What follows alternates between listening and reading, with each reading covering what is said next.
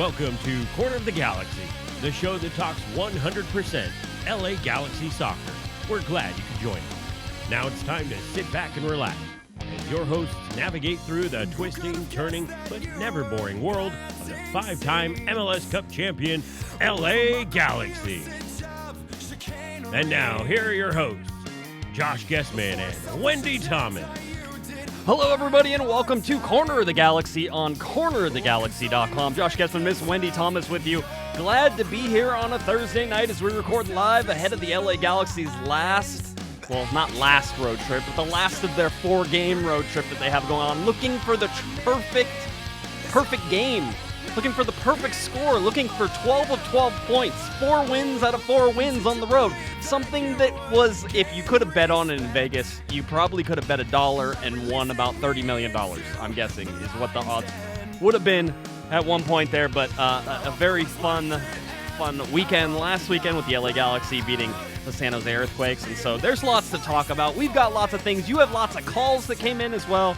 So I imagine it'll be a packed show as we get you ready for DC United on the weekend. But before we do any of that, check in with Miss Wendy. Wendy, how's it going? Oh, it's going really well. How are you, Josh? I'm a little sore. I told you I've been training for the LA Galaxy 5K, and I've run 5K. I've run twice in the last 2 days, which means that's twice in the last 8 months. So tonight's a night off though because of podcasting. I'll get back at it tomorrow. But 5K coming up on June 10th. The LA Galaxy 5K, this will be the 4th annual 5K, and I've run in 3 of them because I was an idiot for one of them. So that was basically how it goes. But yeah, that's my thing. You're going to be there too, right?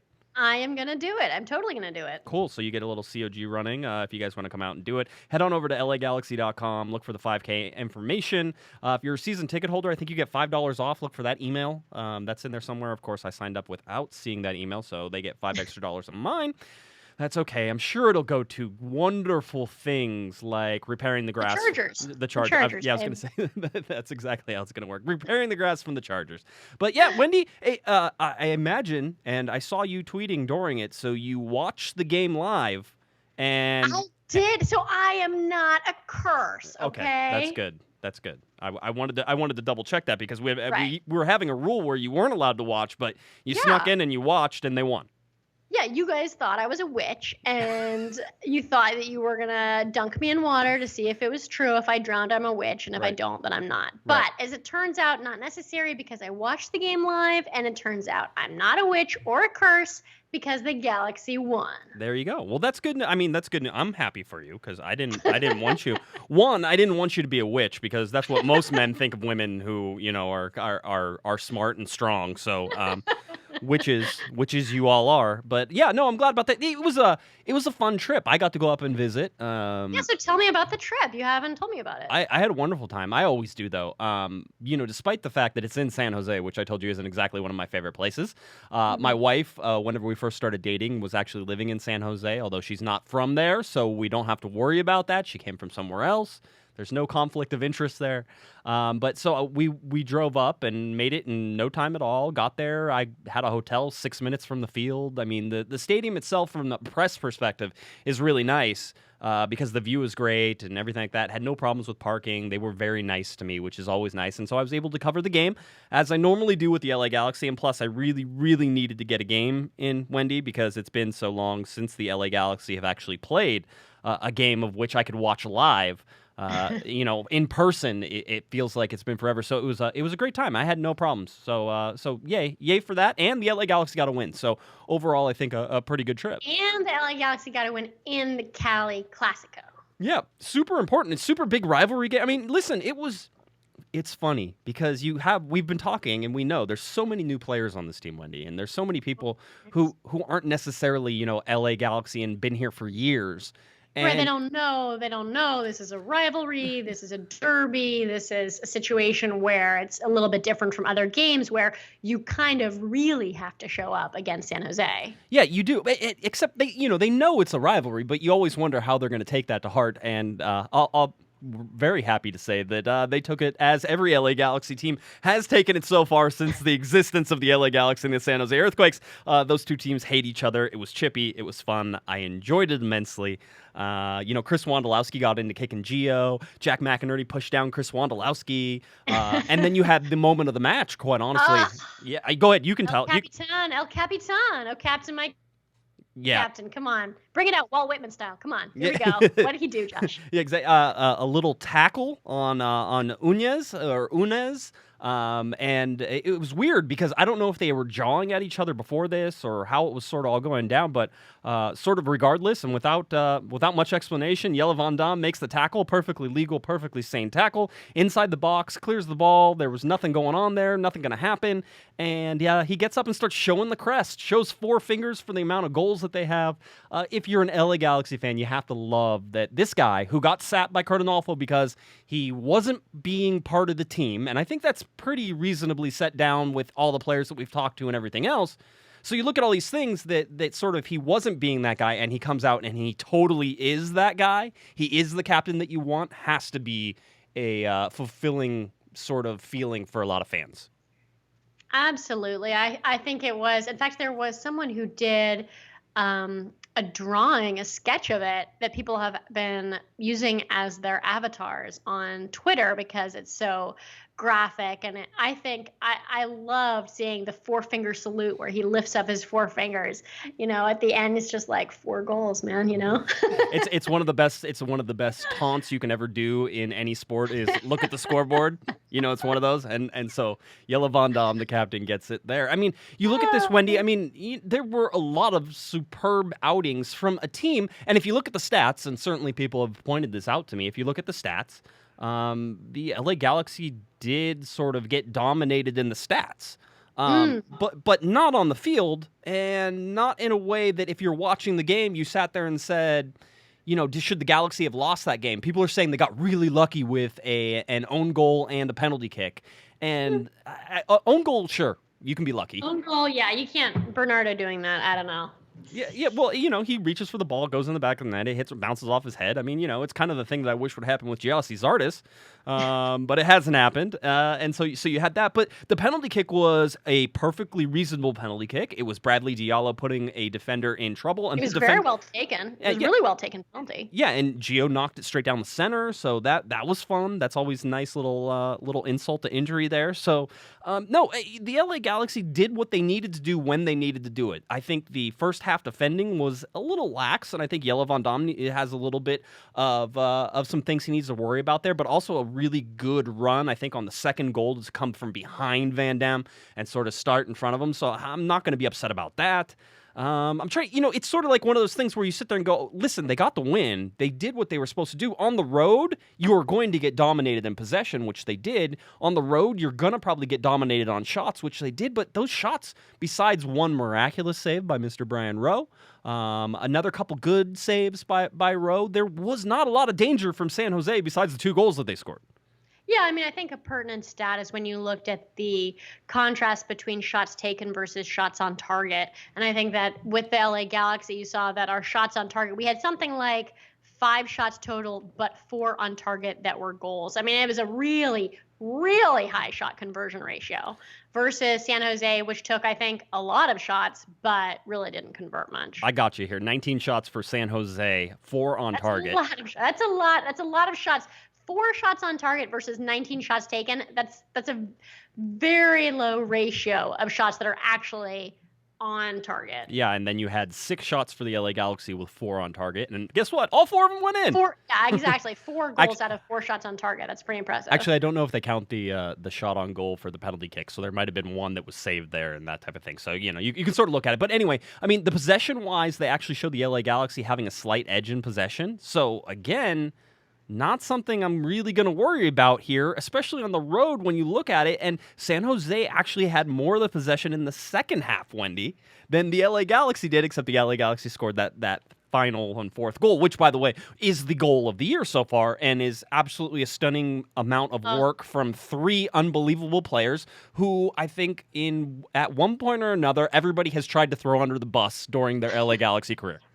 Well, but Well, wait, Romaine? No. Yeah. Not Oh yes. Romaine. Oh yes. No one tried to throw Romaine under the bus. Oh yeah, they did. Oh yes, they No. did. The first couple games, they were like, Oh, "Oh, this guy's a bust." The first game I tweeted out, I said, this guy is really talented. So I'm never with Romaine, but yes with Gio, certainly. Right. And I mean, Ashley Cole. But Gio, okay, justifiably, when he plays badly, it's not unfair of us to say that Gio's playing badly. It's not like we're being disloyal. It's just observing something that's happening in front of us. And when he starts playing really well, then we should all say he's playing really well. Like he should be congratulated for playing really well when he plays well. I just think that we should, follow the empirical evidence and say whatever is happening, that's what we think. Right now, Giovanni Dos Santos and Romain Alessandrini are doing what DPs are supposed to do. They're shouldering a huge load for the team, because when I look at our roster and I see how thin our roster is and how many injuries we have, I am so nervous. But then when the DPs step up and they do what Sebastian Giovinco does for Toronto, when they do what Ladero does for Seattle, and you see that they take a huge portion of the load of the team is on their shoulders, you see what they're capable of and the incredible talent. That cross from Romain Alessandrini was wondrous. It was spectacular. It was sparkling. And Giovanni Dos Santos finishing a goal like that, where he timed it perfectly and where the header was everything about that was exactly why the LA Galaxy thought it would be a brilliant idea to bring Giovanni Dos Santos to MLS. And I think for every LA Galaxy fan, we just want to say, yes, please, may I have some more? Yeah, exactly. 5 goals, 4 games for Giovanni Dos Santos. And the man who started this play, and the other guy who people have tried to throw under the bus at one point or another, Ashley Cole, who starts the play when a San Jose attacking player is trying to guide the ball. You know how they all do it? They guide the ball out of the bounds because they want to take the throw in, and the ball's just about to go over the line. What does Ashley Cole do? Reaches around him with his foot, pokes it back against him, brings it out, and passes the ball to Romain Alessandrini, and the break is on. And then, like you said, I think the adjustment, somebody was really getting on me because they were like, hey, you really don't like Gio. You really don't want to give him any credit for that goal, because I was talking about Ashley Cole and him starting the play. I'm like, no. It's great all around from the way that Giovanni Dos Santos adjusts his run. If you watch it's the timing, he slows it up. It's the curve too, right? Because it's not just the straight angle that he takes. He's running away from Alessandrini. He's trying to create the open space on the break, and Alessandrini does such a good job. A man, by the way, Wendy, who was limping more than Daniel Steres after the game, and we all know Daniel Steres. When we talk about injuries later, we gotta talk about this, but I don't want to talk about it right now. Okay, we won't. But anyway, the guy who was limping so much after the game, Alessandrini, and said to the press afterwards, he says, I don't care if I get fined. I get fouled all the time, and the referees don't call it. He goes, I can show him my legs, and the guy just could barely walk. He got an extra day off of training this week. He will be playing at DC United. I never suspected that he wouldn't be. But the man is getting beat up. And I think some of it, yes, you can look at it, and he has a little floppiness to him at sometimes. He does like to go down, but he's also getting hit pretty hard. And in this Cali Classico, there were some heavy hits put on him. But the LA Galaxy 4-2 victors over San Jose. I don't know that you could have asked for anything better, and you couldn't have, because it's a win on the road again. It's a win against a rival. It's a win at Avaya Stadium. Only the second time the LA Galaxy have ever played there in the regular season. They played a preseason game there once before. It's their first ever win at the stadium there. And of course, what will San Jose do the next time the LA Galaxy come up? They'll move it to Stanford Stadium, because why would they want to play in their stadium? Because, they built it that way it's not big enough. And then they have to go to Stanford in order to get actual fans into it. This is a crowning achievement for Romain Alessandrini. This was his first Cali Classico away. And during the game, at a certain point, every time Romain Alessandrini touched the ball, the San Jose fans started booing the stadium. They were booing him every time he touched that ball. That is a huge compliment. That is the opposing fans saying that they perceive him to be the biggest threat on the team. And so every time he touches the ball, they're angry. I think that's, in a way, that is almost like the biggest compliment that a rival can pay to an opponent. Yeah, it was. I mean, I think that he enjoyed it. I think, Roman is such a gamer. He's so much fun to talk to, and like his passion for things. I really, as I talk to these guys, you get to know them a little bit, and you get to know their personalities. And with Robbie Keane was a really cool guy, especially if you got him like one-on-one, or he could like bite your head off if you were in a group and you asked a stupid question. And so you just learn these personalities. And Roman is always he's happy to talk, and I wish that I'm sure he wishes as well that he was more comfortable with his English, because he wants to tell you things and he wants to communicate, and so like it's a little bit of a stumbling block for him sometimes, and you have to help him with words on occasion, which is fun too. Quite honestly, I like that as well. But he's so much fun, and if you're talking about, I don't know, if you're talking about two players who love Los Angeles more than anything in the world, I don't know if you could explain to me, or you could have predicted that it would be Jelle Van Damme, who thinks Los Angeles is the most amazing place in the world, and whenever he goes on away trips, hates going on away trips because he just wants to be in LA. All right. And Roman Alessandrini absolutely loves Los Angeles. And for a guy who was basically run out of his hometown in Marseille, which is kind of a sad sort of, you grow up, you want to play for your hometown team. In the south of France, which is actually climate-wise extremely similar to Los Angeles. Right. And so he grows up in Marseille. He's a hometown sort of kid. They want him to succeed, and it just doesn't work for him. It just never clicks. And eventually they turn on him and they want to get rid of him. You saw the hate that they were giving him whenever he went to the Galaxy. It was just stupid. Yeah, so you saw all this, and so now to see him succeed, and I'll be honest, I think StubHub Center and LA Galaxy fans have adopted him already. He could very well be one of these guys who never leaves Los Angeles, which might be really good for the LA Galaxy. I mean, I think he's one of the best additions to MLS this year. He's extremely talented, very competitive. He works extremely hard. I mean, I don't know how many times this year I've seen him at the StubHub Center at the end of games, and I've really been worried because he is red in the face, panting. He is exerting so much energy. I'm genuinely concerned about his health. But I mean, he's giving absolutely everything, and that's really what fans want. I mean, when we see players like Jelle Van Damme or Ashley Cole or Alessandrini, when we see them really, really trying, I can really accept losses when they're done and, the team gave everything they had. It's really when we are not putting everything forward that fans, I think, resent. Otherwise, I think that LA fans are very forgiving. I think that we are pretty nice to the players that are on the LA Galaxy. I think that we tend to be pretty generous in terms of fans relative to other big cities. Well, we are more laid with back. Romain, I mean, I would be happy if if he continues like this, he's welcome to stay as long as he wants. Yeah, kind of a Robbie Keane type replacement, a guy who came in you didn't know much about. I'll be honest with you. When Robbie Keane came in, I had to look up who he was. I've heard the name. It was one of those things, right? It was one of those things where you didn't expect that player to come and then have that sort of impact on the team. All right. I was just thinking about this. No, I was just thinking about this morning. I was thinking about how, in a way, MLS is like the Horatio Alger League of the world, because players get accustomed to a certain perception of what things are in Europe, what leagues are where in the rankings and who's successful and who's not successful. But there's a lot of superstar players who come to MLS and for whatever reason don't find success. It just doesn't work for them. Right. And then there are journeyman players who, had perfectly respectable careers in Europe, and then they come to MLS and all of a sudden they glitter. I mean, it's just like they were born to be here. And in a way, MLS is sort of like the Wild West in the sense that not only is it very rough, chippy, physical, etc., not too tactical, but it's also just a place that a player in Europe could come to and remake themselves and find a new identity and new career. I mean, I think of you can think of the Frank Lampards and Steven Gerrards who came here and for whatever reason, they did not find the hero demigod status that they were able to cultivate in Europe.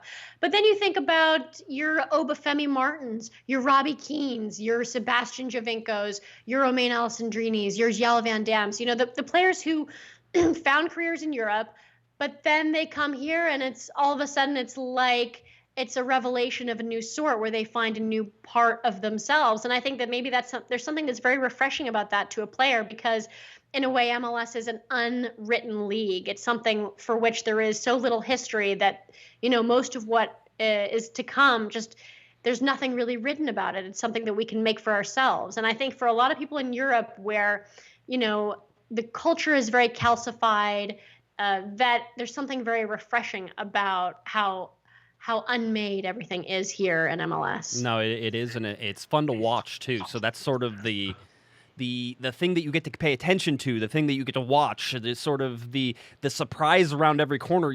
We don't know how success translates into MLS, and even when you think you do, you don't. And so it's it's like an absolute win. Come on, Steven Gerrard has to be able to have success in Major League Soccer and doesn't.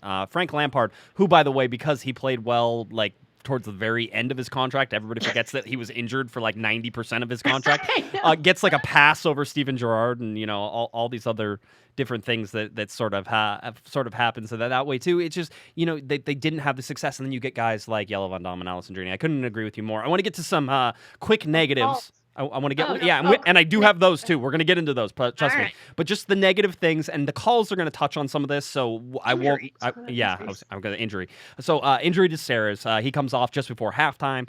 It is a hamstring strain of some sort. Now the good news is that it's not a tear or anything bad. It looks like he's going to be out for a couple weeks, and he'll be back. Dave Romney slotted in very well in central defense for him in sort of the fill-in role there. Just expect Dave Romney to continue to fill in that role right now. No, you're not going to move Bradley Diallo, who I thought was a positive influence in this San Jose game. You're not going to move Diallo now. He's comfortable at right back. Don't touch him. Dave Romney will slot into the center if you're looking for that. The other negative that I had was Gyasi Zardes again. Just frustrating, and the calls are going to get to it. So just there's some frustrations with a couple things. I know. Do you want to do the calls? Yeah, Go ahead. let's do the calls. Let's get to our first one. These are from over the weekend. Usually I play these on Monday's show, but I literally got back into town from a 3-day weekend after San Jose. We went to Paso Robles and did some things. So I got into town. Wine tasting. Yeah, oh yeah, it was delicious. We didn't have enough time, but we're gonna go back. So we'll get to more wine tasting next time. But usually I play these on Monday, but I got home and then headed to the studio, and like 30 minutes later I was recording. So after we drove back and did all that. So I didn't have a chance to do these. So some of these might be a little dated, but they're all from sort of the Monday and looking at the game over the weekend. So here's our first one. Adam from Tarzana. Yo, what's up, Josh? This is Adam calling from Tarzana. Just wrapped up watching San Jose and LA. First half, a little nervous, got me a little nervous, not going to lie, but the guys pulled it together, and lucky third goal. Fourth goal was amazing. Sucks Sarah's went down, but, what can you do? Romney stepped in, did a good job. But one thing, if we can go out this summer and get a world-class striker to play a natural number 9 position in front of Alessandrini and Gio, I don't think any other team in the league wants to see us. And, yeah, man, I think we're heading in the right direction. We just need to get healthy, and hopefully these guys stop dropping like flies, man. Look forward to listening this week. Have a good one. All right, there's Adam. All right, so Adam wants to get a striker, despite the fact that the LA Galaxy have almost zero depth in midfield right now. Which, by the way, listen, among our strikers, who is actually producing output? There's zero. So I agree with that. So the depth of having people there isn't helping you either. Although, let's be honest. So we have lame midfielders, but they're general. Like Baggio is playing well, Rafa's playing well. These sort of quasi lame midfielders like Leggett who goes down, but they could be good if they were healthy. Versus all these very healthy strikers who can't score goals. So what do you do with that? Yeah. I mean, the real answer here is that yes, the LA Galaxy get to have one designated player if they want to do it. Which I think they're going to. I think they're going to. I will give you. Here's my update on possibly the search for that person and what is going on. I think it's going to be a striker. If Gyasi can't score goals, it has to be a striker. Well, and you can always move him back to the midfield, right? So you're not. You play in the wing, of course. Then you have to bench Emma, which is not really fair. I still think that Emma can be a really, really dangerous sub, so it doesn't hurt my feelings. I love Boateng. I love what he brings, but I'm also okay if they're going to bring him in for like the last 30 minutes and he's just going to be a terror to people. That's cool too. That'll work for me. But here's the update. As everybody knows, I said that if the LA Galaxy win against San Jose, that Jovan Karofsky was going to come on the show. So I texted Jovan immediately after the win, and he says, "I guess I have to come on the show now." So yes, and then I saw him afterwards. Thanks, Jovan. Yeah, Glad exactly. You're a fan. I'm like, it's good. Well, I've been bugging him. I've been trying. So it's one of these long-term plays, and he's been great about it. We've been texting back and forth. So whole thing. So where I was trying to get him for this week, and I was trying to plan him, and he said he couldn't because he was going to Europe. Okay, so I asked him specifically. I said, Jovan, are you going to tell me? What country? I'm like, where are you going? And who are you going to see? And he's like, nice try. And so, hey, I said I had to ask, so that What was about fun. a city? Can we get a city? Yeah, exactly. Can you tell me? Can you tell me how long the flight is? I could do an arc, and we could predict that. No. So anyway, so Jovan eventually. So I do think well, they're always out looking. Let's be honest. One of the reasons that Jovan hasn't been on the show is because he's not in Los Angeles a lot. All right, so just sort of keep that in mind that the LA Galaxy are out there looking. Who was the one who found Alessandrini and like who found? I found them. Yeah, because I think that they're really good additions, but I want to know, like, the person who found Alessandrini could not be the same person who thought we should give a raise to Jermaine Jones and trade AJ, right? That couldn't be the same person. I don't know. See, this is why I really want Jovan on the show. I'm pretty sure that Jovan is the guy who found Jelle Van Dam. I'm pretty sure he's the guy who found Roman Alessandrini. I'm pretty sure he's the guy who found Joao Pedro. So he's the guy who goes out and gets these things done. I know for sure Jelle Van Dam. He's the guy who spent on to the front office. Yeah. So this and I also believe he's the guy and the main person responsible for chasing after Giovanni Dos Santos for some like ridiculous amount of time in order to finally land him. Yeah. No, it is years. It's years. That they were trying to get Giovanni Dos Santos. So I mean that's why I want him on the show, and that's where they're going.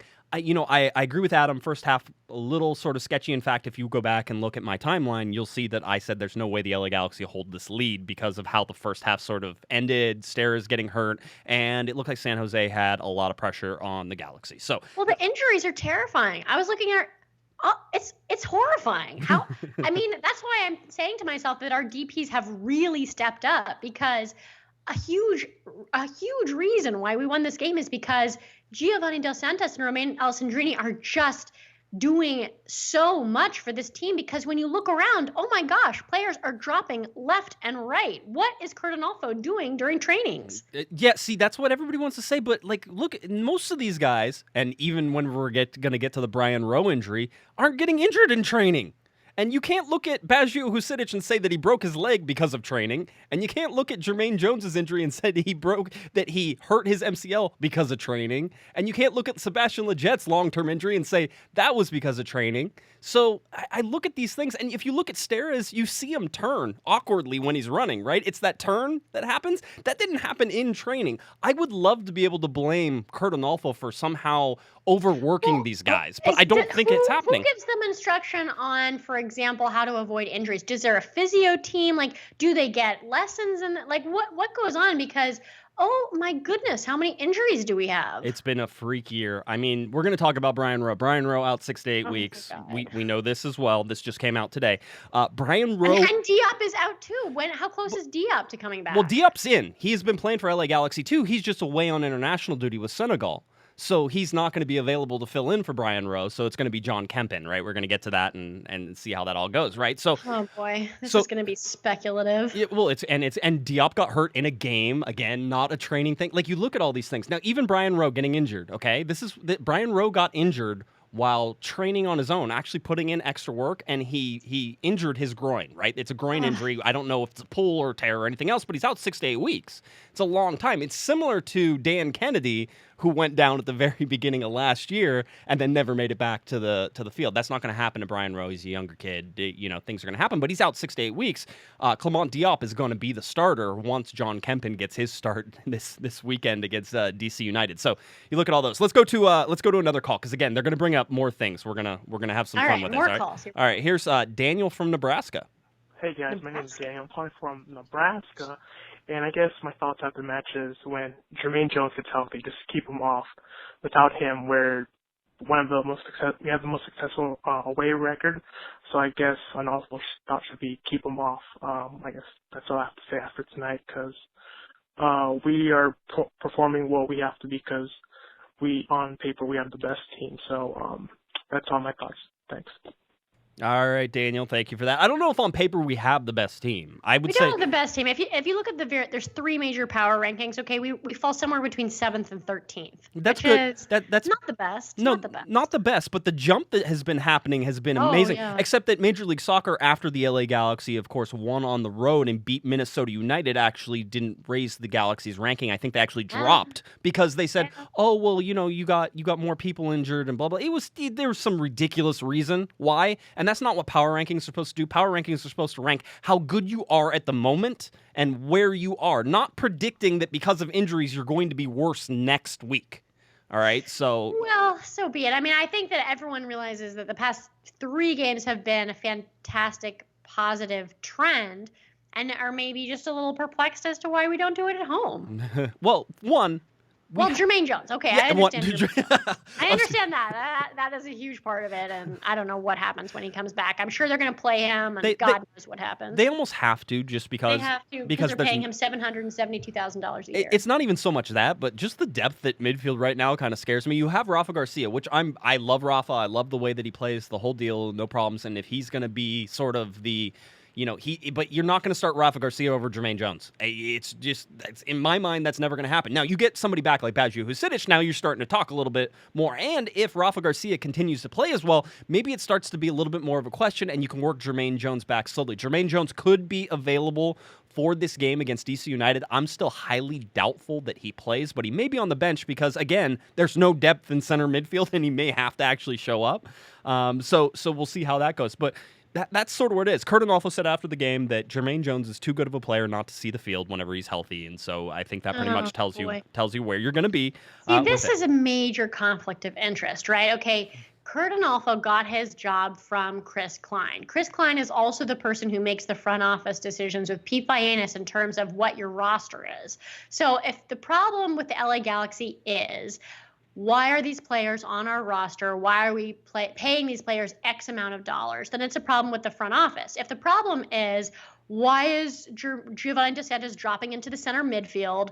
Why is Jelle Van Dam not trying? Why is Jermaine Jones running out to the wing to knock over Emma Boateng? That's a Curtin Alfo problem. That's a coaching problem.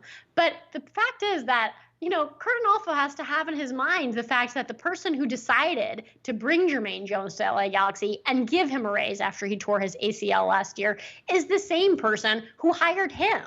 And so he has to think to himself, well, I have my job to consider, and then I have the outcome of our games to consider. But I mean, if he doesn't play Jermaine Jones, who's this expensive 36-year-old that we've decided to give TAM money, that exposes the front office, who is also the person who gave him his job. No, listen, it gets to the point, and Kevin said it on one of the shows that he had talked to a player and basically said, hey, when coaches need wins, they play who they need to play to get the wins, right? And so when you look at Curtin Alfo and his back up against the wall, as he was, I mean, you saw sort of the benching of Jelle Van Dam. You saw the injury that happens to Jermaine Jones. Maybe that was fortuitous. Maybe he would have sat Jermaine Jones just like he would. If you would have told me he was going to pull Jelle Van Dam in the first half without there being an injury, I would have told you were crazy, right? But he did it. And so it was one of those things. So I'm willing to give him a little bit of a pass on this, and I'm also willing to give him a chance to let Jermaine Jones see if he can fit back into this midfield with Joao Pedro now playing the way he is. Pedro's been so good since he left. You can't wreck Pedro. It's more important right now that you keep your 23-year-old who you are playing versus your 36-year-old. That's where I stand on that. I'm fine with giving him a chance. I'm fine with bringing him back. I want him to be the best case scenario. Wants everyone to succeed. We all want everyone just wants success for the team. Everyone just wants everyone to be brilliant and fantastic all the time. But if it's a question of one player ruining another player's game, you have to side with us keeping the player who's 23 years old. Absolutely, and I'm fine with that. You will find zero argument with me. And if Jermaine Jones shows up, if he plays in DC United, if he plays against Houston, if he plays in the U.S. Open Cup game, which we'll get to as well, if he does any things and he's not playing well, don't think for a second that we're not going to sit here and say that Jermaine Jones is not playing well and he's hurting the Galaxy, and that's the way it goes. All right, hold on. We got a call. Somebody's calling in. Let me see if I can make this happen here. All right, 805. Who's this? Josh, this is Scott. Hi, Wendy. There you go. Hey, Scott. What's up, buddy? I was just listening to the Jermaine Jones discussion, and I don't understand why it's not as simple as Curtin Alfo being the head coach. And I know how you're going to respond to this, Josh, but why can't Alfo just say to Jones, this is your specific role on the field. If you do not execute, I will pull you out in the 25th minute.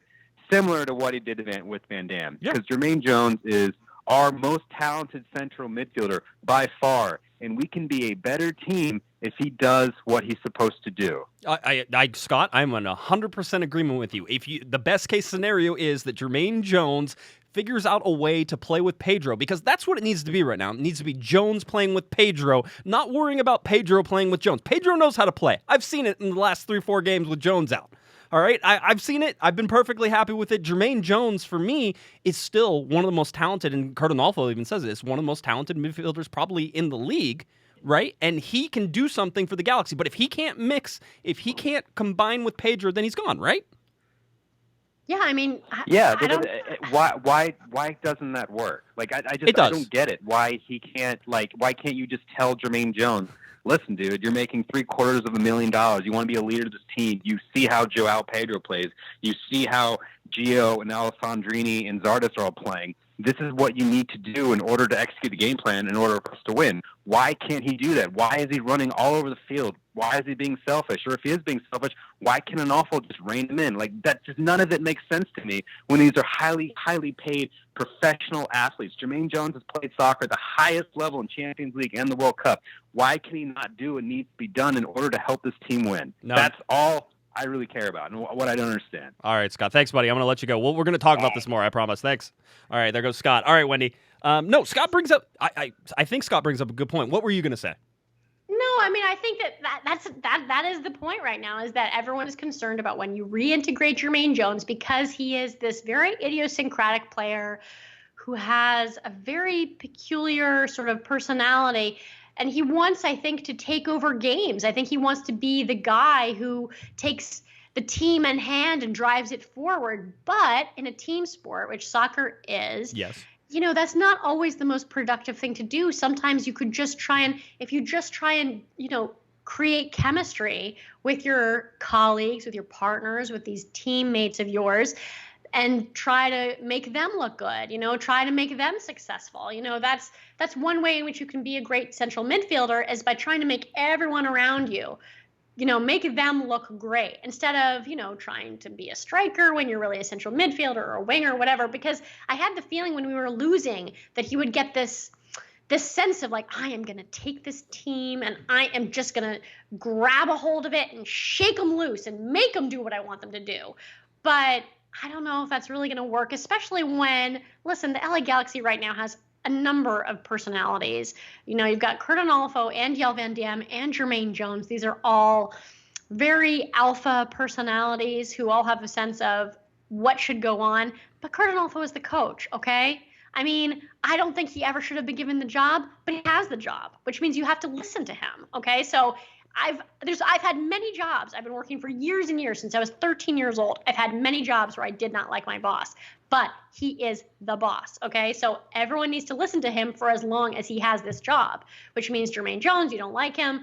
I don't like him. I don't think he should have the job. We don't think he should have the job. Jermaine doesn't think he should have the job, but he has the job, okay? So we all have to try and execute his vision and make this team a success. So that means you have to listen to him and do what he tells you to do. And if Cardinalfo doesn't have the balls to pull him, then Cardinalfo isn't doing his job. Yeah, I was going to say, though, but like as your fake boss, you like me, though, right? Of course, okay. Josh, okay. I love you. Okay, good. I'm fine with that. All right, let's get to Sarah. Sarah brings up a point that Wendy just brought up, so let's play Sarah from South Pasadena. Hey, Josh, this is Sarah from South Pasadena. I had a question, and it's in relation to all these injuries. I'm wondering what your thoughts are on the idea that Cardinalfo's style of coaching is pushing them really hard, and do you think that he's maxing them out in practices, and that's the result of all of these injuries? So just looking forward to your guys' thoughts. Thanks. Bye. All right, Sarah in South Pasadena. Sarah always is like so calm and composed. Poised, yes. When you're a woman on the air, you have to be poised. Otherwise, people will say you're crazy. And if you're a guy on the radio, you're like, hey, first time, long time, man. Thanks. How's it going? Yeah. Time listener, first time caller. Yeah. Man, this is great. I've never called in before. Thanks so much. Thanks so much, man. Yeah, that's great. Great. Sarah's. I love Sarah, and I love how Sarah's in South Pasadena. Is that one of those places where you have to like demarc where you live? You don't live in Pasadena. Absolutely. Josh, you've never been to South Pasadena? Totally different from regular Pasadena. South Pasadena has an ice cream parlor, okay? Oh, so it's, I mean, I guess people in Orange County get into I'm from North Orange County and South Orange County. Like the South, I guess the South people really are the. People on the West Side do it too. You don't think that people mean something when they say, I live in Venice? I bet Yeah, I'm on the West Side. I live in Venice. Whatever. Yeah, I know what that means. Hipster. Whatever, we'll see it. But anyway, so Sarah brings up the same thing that we just talked about. I don't think that's it. If I had heard that from players, I talk to people. If I had heard that from players, I'd tell you. They're not telling me that. All right, and I mean, this is such a freak year. I made the joke on Twitter today. They announced that Brian Rowe was out 6 to 8 weeks, which was almost a surprise to me. I'd found out about it about 3 minutes before they announced it. So I was like, oh my God, here it goes again. I said, hey, LA Galaxy, I want to go to lunch. You mind holding off on the injury announcements until I get back? Because I've had to write I've written so many injury announcements this year, Wendy. I had to put an injury category into the Corner of the Galaxy system on cornerofthegalaxy.com so that way I could keep track of them. So now I did have one question, which is that a couple of weeks ago you said that you thought Pedro looked like he might have strained his hamstring. Is he okay? Pedro's fine. Yeah, it doesn't seem like there's anything. Here are the people who are limping heavily after the game. It was Roman Alessandrini, who's fine. Boateng came off, and that was one of the reasons that he came off in the second half. He was limping a little bit. We asked Cardinalfo. He said it was a knock, and Emma was walking fine after the game, no problems. And then Daniel Steres was, of course, limping, and we know it was a hamstring strain. So those are the ones that we know about. And everybody else they're banged up. They're looking forward. I think everybody's looking forward to this international break that's coming up after DC United. So they need some time off. The road trip is not helping either. You having to, look at the Galaxy. They were gone. They flew up, I think, on Friday. They played the game on Saturday. They traveled back on Sunday. They got a day off on Monday. They trained on Tuesday, Wednesday, and they're back on the plane today on Thursday and headed to DC United where they'll train on Friday tomorrow, and then they'll play a game on Saturday, and then they'll fly back on Sunday again. That is not easy. It's different baseball players and everything else that's going on, and you're talking about these guys not taking, any of these chartered flights. They're flying regular airlines, which is a whole nother argument, which we've talked about. Change that. MLS, get on it. Yeah, no, it's one of the major things. So it's taking a toll on them. This DC United game, and we're going to talk about it here in a little bit, is a game that they should be able to win.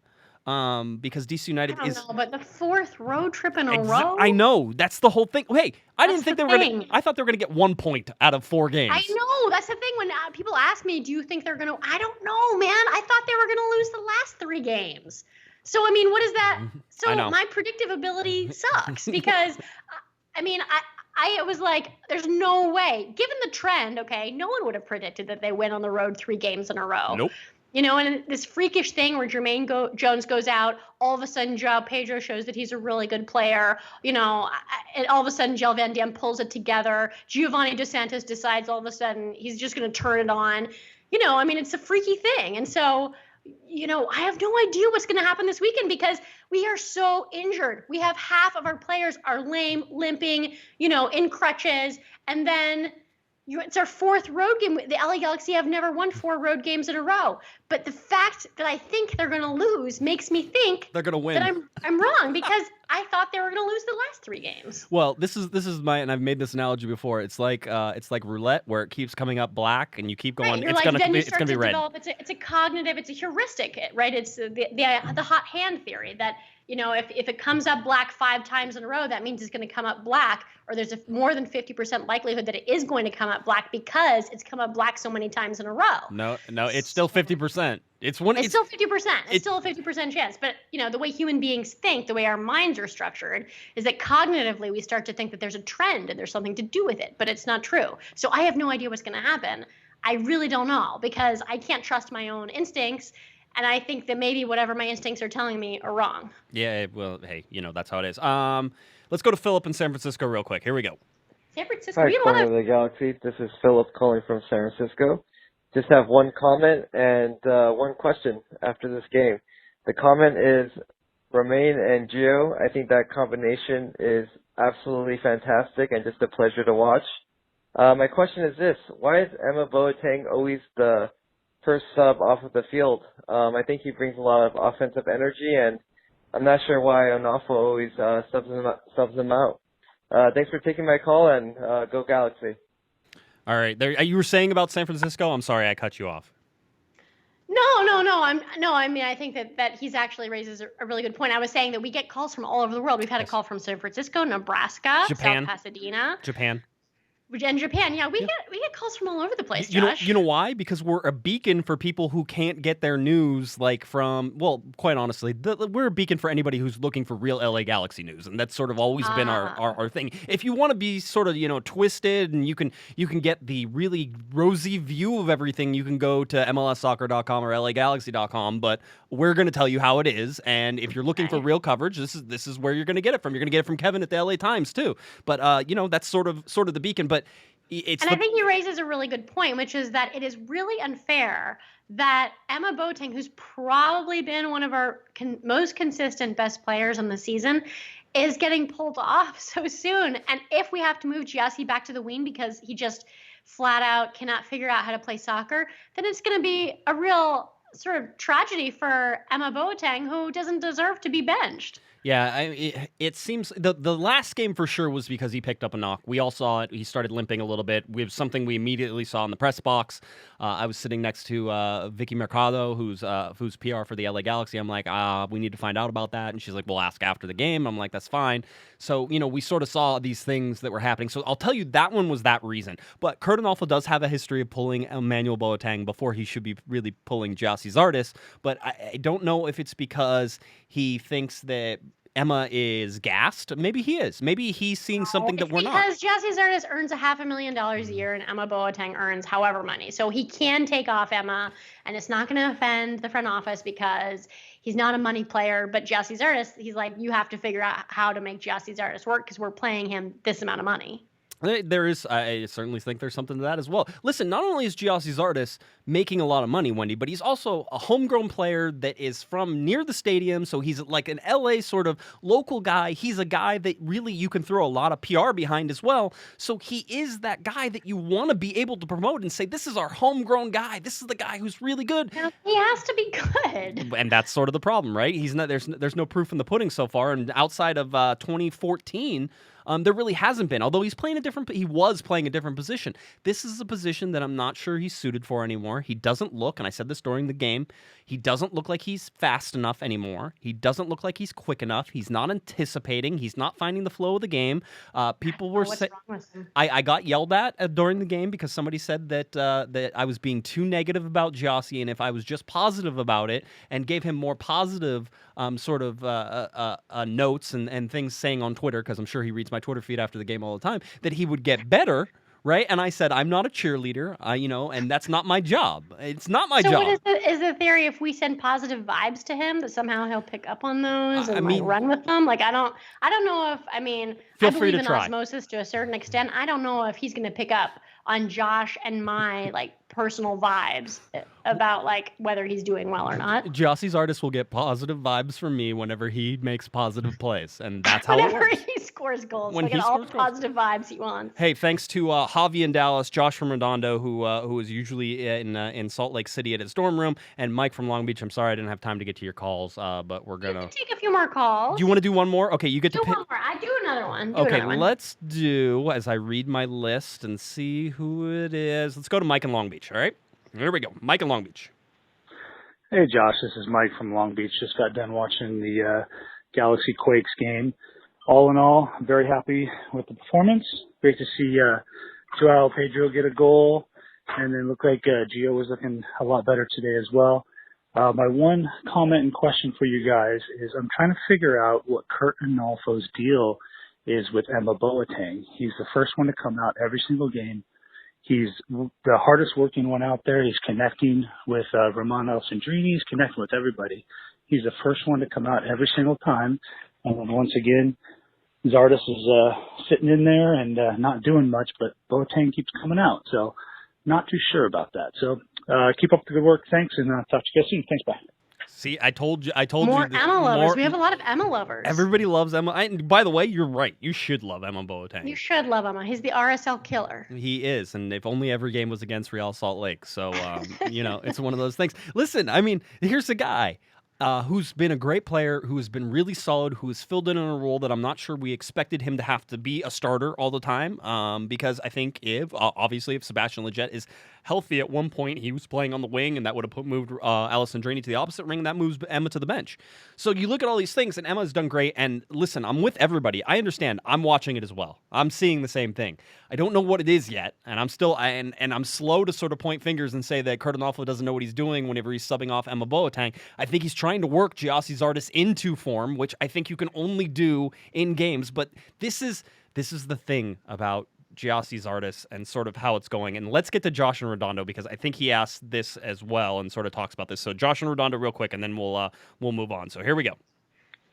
Hey Josh, it's also Josh calling again from Redondo Beach, but in this case, as always, I'm calling you from my dorm room in Salt Lake City. No, I just wanted to call and say, I really thought it was a great game. Thought the team played well. Romain and Giovanni, they finally seem to be getting some sort of click together to be able to, make plays and orchestrate, goals and so on. But the point I want to bring up, and I know a lot of people are probably tweeting you about it or, calling about it as well, is probably the biggest elephant in the room, which is Gyasi Zardes. And when is it okay for us to finally say, all right, he's not doing it for us, let's put him on the bench, or There it is. So let's put him on the bench. I'm going to cut him off a little bit there, but no, that's what you're seeing. I mean, when is it okay for us to start criticizing Gyasi Zardes? And the answer is now, and it was about a game and a half ago as well, is that whatever he's doing to try to come back for me, and whatever has happened so far, Wendy, it's not working. It's not there. And if the Galaxy don't figure it out, he needs to be moved to the bench. You need to put into some. You need to put we need to make room for our number 9 DP who's coming in the summer. Yeah, and get Jack McInerney in there and get Jack McBean in there, because quite honestly, if you're going to be willing to sacrifice and put, time and minutes into Gyasi Zardes, you should be willing to put time and minutes into these guys as well. They need the time. Strikers that's just the way strikers are. Again, if the ball just bounces off Gyasi Zardes and goes in the goal, we might have something here. It might start to spark something, but that hasn't happened, and he hasn't put himself in some really good areas lately, and it's been a downfall for the thing. So there we go. We got through most of them. Javi, buddy, I love you. And you call in from Dallas all the time, and so I'll get you on the next one, I promise, because we're gonna move on and go to LA Galaxy team news now. If that's cool with you, Wendy, are you good? Team news? Of course. All right. For really exciting and hysterical news, let's go to the 8 LA Galaxy players named to the 2017 MLS All-Star Game. The MLS All-Star Game. Yes, the ever really fun way to vote other players.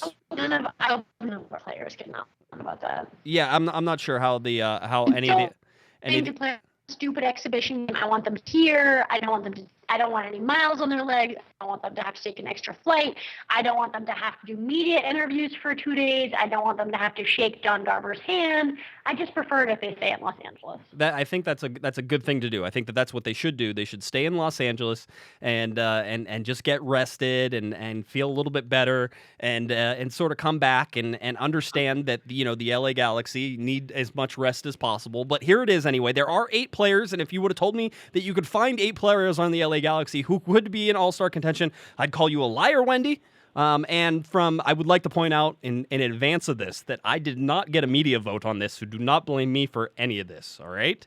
Because you have been voting Wondolowski all the way. I would have. Listen, first of all, every team gets 8 players, all right? So you had to go 8 players deep on every team. So are you telling me there are 8 players deep on DC United or 8 players deep in Colorado? Probably not, right? So you're going to have people who aren't deserving. So Brian Rowe, Ashley Cole, Yella Van Dam, Roman Alessandrini, Emmanuel Boateng, Jermaine Jones, Giovanni Dos Santos, and Gyasi Zardes. The 2 biggest ones on there, and that I think we can agree are sort of, haha, that's funny. Jones, are they high? What has he done for the Galaxy? It's all on name recognition, because I guarantee most of the media members do not get to watch the LA Galaxy games all the time, and so they pick Jermaine Jones, who's still one of the most talented players, but he has not played well for the LA Galaxy, and they picked Gyasi Zardes, obviously on name recognition again.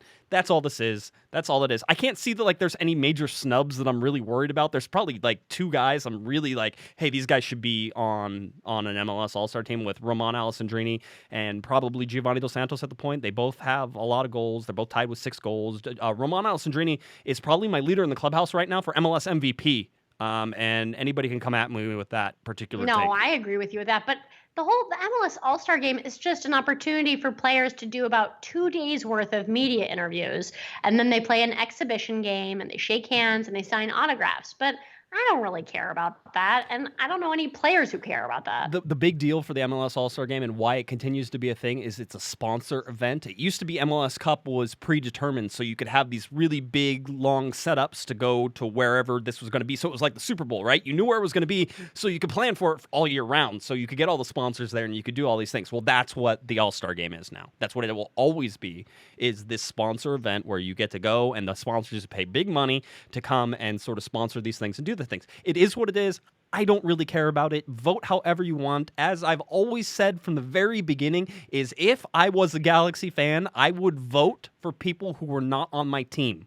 So find a team that you don't like. So find Ignacio Piatti and Ladero and Wondolowski, all those guys. Yeah, Vote for those guys. Exactly. Figure out who the team is in first, and then vote all their players. All right, and knock them down a peg. Whole Dallas roster. Let's just knock them out of it. There you go. So that's how it is. That's all that's going on. There will be a fan vote coming up, so pay attention to that, MLSsoccer.com, if you really care about it. But I wanted to tell you those 8 players because you're going to see a lot about them. And more than likely, Giovanni Dos Santos is going to go to the All-Star Game, and Roman Alessandrini is going to go to the All-Star Game, kind of regardless of how you vote, all right?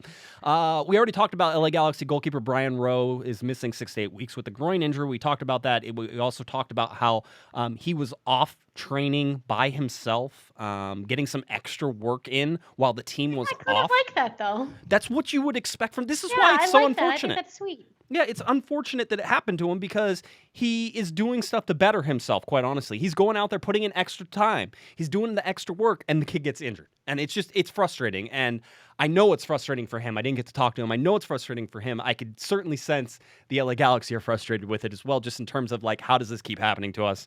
So that's one of the things that you're going to want to keep an eye on. But 6 to 8 weeks, again, Diop not back until June 11th. So Kempen will definitely start this game coming up against DC United. And we won't have a backup. We're calling in McGee. Okay, so where's McGee? Yeah, Mike Where McGee. is he? Somebody asked me where Jaime Pineda was, and I said, you mean the guy who got up and left the LA Galaxy in the middle of the season? That guy. So we don't have a backup, right? There probably will be. I believe there was an LA Galaxy 2 keeper who did travel with the team to DC. So I believe that's who will be the backup. There will be somebody on the bench. It might even be MLS pool goalkeepers. You've heard of the pool goalkeeper before? Oh my God, so really? that might be the backup as well. I mean, you are 3 goalkeepers deep here. I mean, they're not supposed to have too many people behind that guy, right? I mean, you have 3. Everybody's like, whoa, 3. That seems like a lot. But you have 3. You're not supposed to have 4. The Galaxy probably get lucky because they're going to have an LA Galaxy 2 guy there as well. So just keep an eye on who's sitting on the bench, and you'll sort of get the full update on that on Saturday. The other LA Galaxy news that sort of came down is the LA Galaxy will face off against Orange County SC in the 4th round of the U.S. Open Cup. Orange County SC defeated the LA Wolves, that was Eric Winalda's team, 1-0 yesterday, I believe, a Wednesday night, to advance to the 4th round of the 2017 Lamar Hunt U.S. Open Cup. This game will be played the week of June 12th. Okay, now that doesn't mean June 12th, the week of June 12th. It is either going to be the 13th or the 14th. We thought it was going to be the 14th, but there may be some momentum to actually move that game to the 13th. You sort of use the off week that they're having with the international break to be able to play this game a day earlier and give them more rest before the LA Galaxy will face off against the Houston Dynamo that Saturday. So however that goes, it's probably going to be at the Track and Field Stadium. It's probably going to be at 7:30 p.m., so block the 13th and the 14th out for your schedules, all right? Anything you want to discuss there, Wendy? We good? No. Okay, good. Continue. LA Galaxy schedule here. You have the game against DC United on Saturday, which we're going to talk about here in just a second. Saturday, June 17th, AJ De La Garza and the Houston Dynamo come to town, which should be a really fun time. Again, they're probably going to play a U.S. Open Cup game on the 13th or 14th before that, so pay attention to that. Then Wednesday, June 21st, this is the first midweek game for the LA Galaxy this season, a 6 p.m. game away at Colorado, so high-altitude midweek game.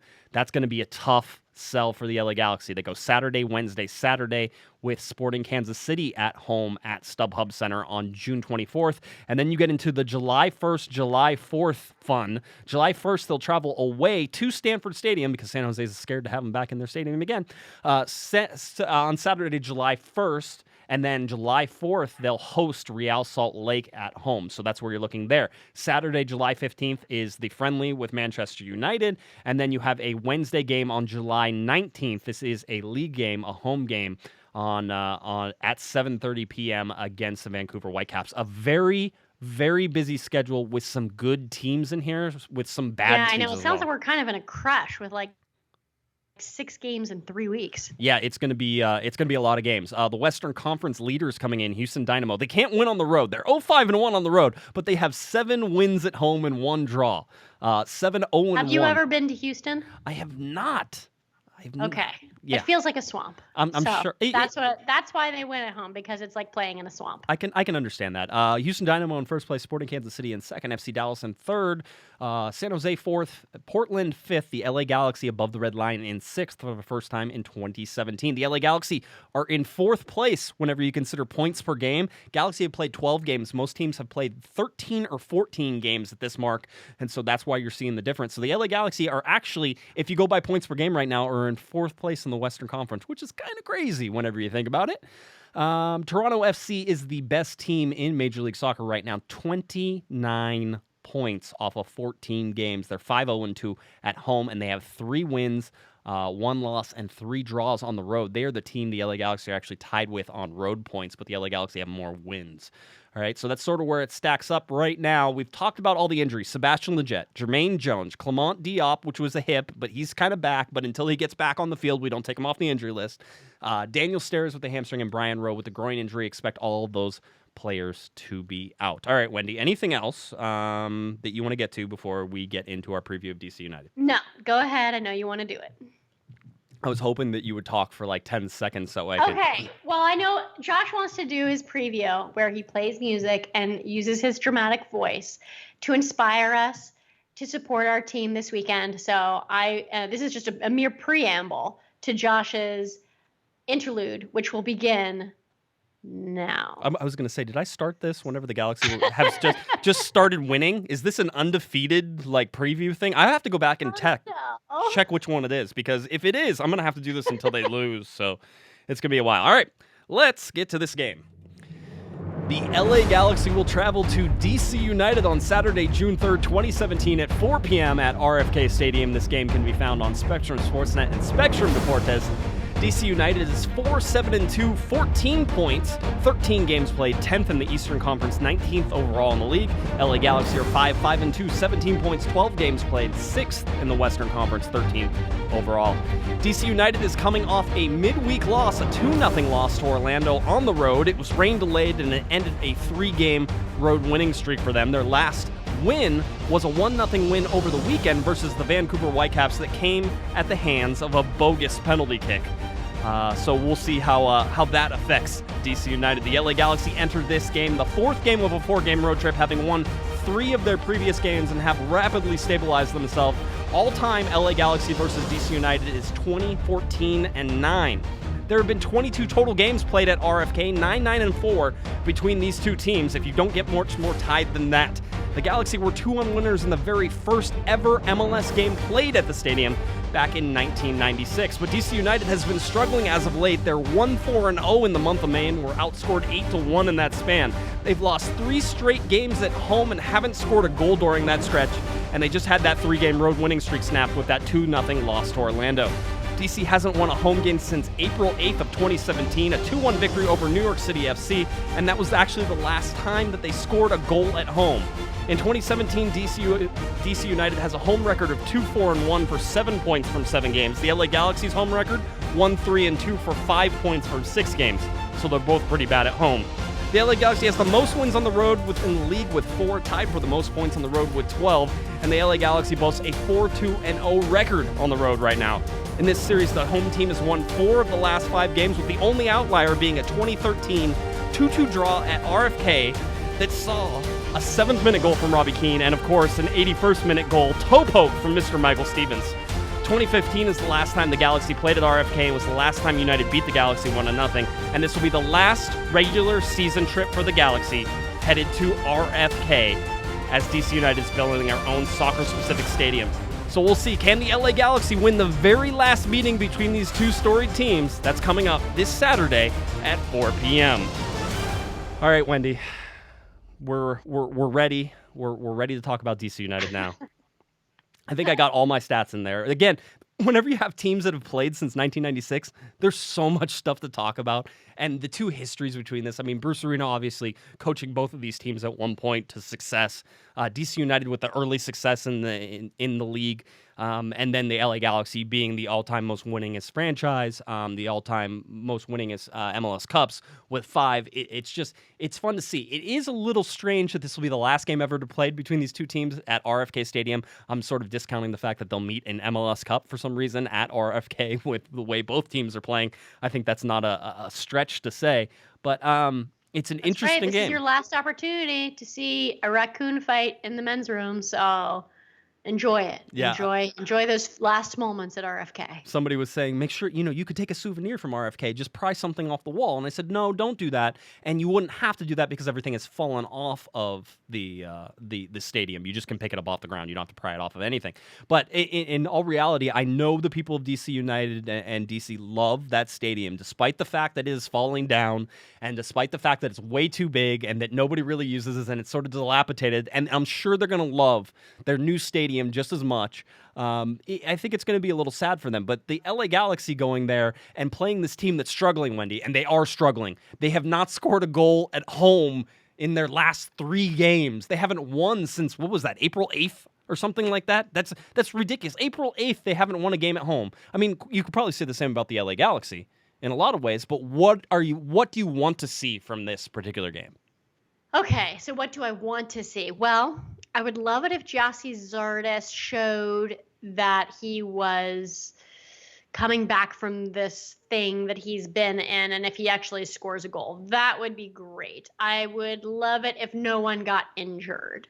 Other than that, I feel okay about where the team is right now. I'm really just scared of injuries and the fact that we have no functional number 9. So those are the 2 things I'd like to see. I don't know if I'm going to see those things. And after scoring 9 points and 3 successive away trips, if we get any kind of result in this game, I think that's gravy. Yeah, I mean, everybody wants the perfect now. I mean, and I can understand it. You're there. You're against a struggling team. All signs are sort of pointing to the LA Galaxy being good on the road, DC United being bad at home.